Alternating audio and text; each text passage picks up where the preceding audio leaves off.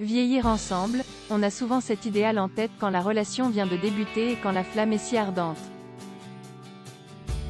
On se projette dans le futur, et on imagine différentes phases de la vie du couple. On se voit vieille dame et vieil homme, mais toujours amoureux. Ce genre d'idéalisation est tout à fait normal, mais il faut s'attendre à déchanter un peu quand viendra. C'est précisément à ce moment que vous allez pouvoir juger si vous allez réellement vieillir ensemble. Au tout début de la relation, tel ou tel défaut observé chez l'une ou l'autre est mignon.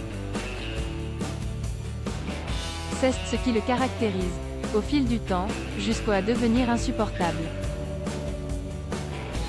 Si vous, ou votre partenaire, vous dites que vous n'allez pas supporter cela toute votre vie, c'est que la question de vieillir ou pas ensemble ne se pose même pas. Le fait de vieillir peut engendrer des angoisses et des inquiétudes, voire des souffrances. C'est un très bon signe si vous vous imaginez capable d'affronter ensemble ce passage de la vie où de nombreux soucis, dont ceux des maladies, apparaissent. Quelques signes sont sans équivoque quelque chose en particulier vous a séduit chez votre partenaire, et vice-versa. Ce quelque chose peut être sa beauté, sa personnalité, son statut social, son élégance. Peu importe.